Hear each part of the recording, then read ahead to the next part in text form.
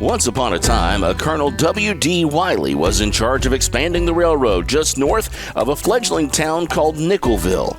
Anxious to have a town named after him, he promised great things if the folks of Nickelville could make that happen. And shortly after, the railroad made its way through and Wylie, Texas was born. This week's Expedition Texas Spotlight City.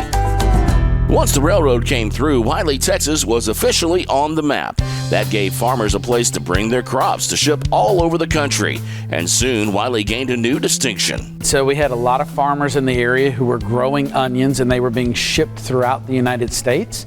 And they would store them in onion sheds next to the depots. And so it kind of got that reputation of being the onion capital of both Texas. And there's much debate on the once popular moniker Wide Awake Wylie.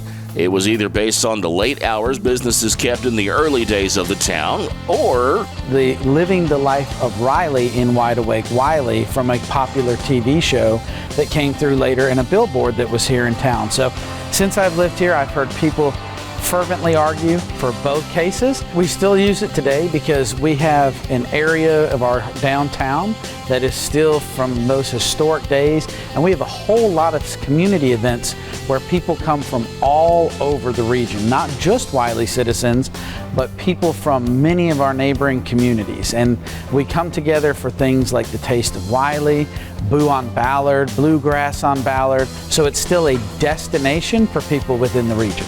And with so much to see and do in Wylie, there are plenty of reasons to visit today. I would say it's the Wylie way. A city is not built just with buildings, roads, and other structures. It's the people who live there that actually make it a community. And that's what makes Wylie this week's Expedition Texas Spotlight City.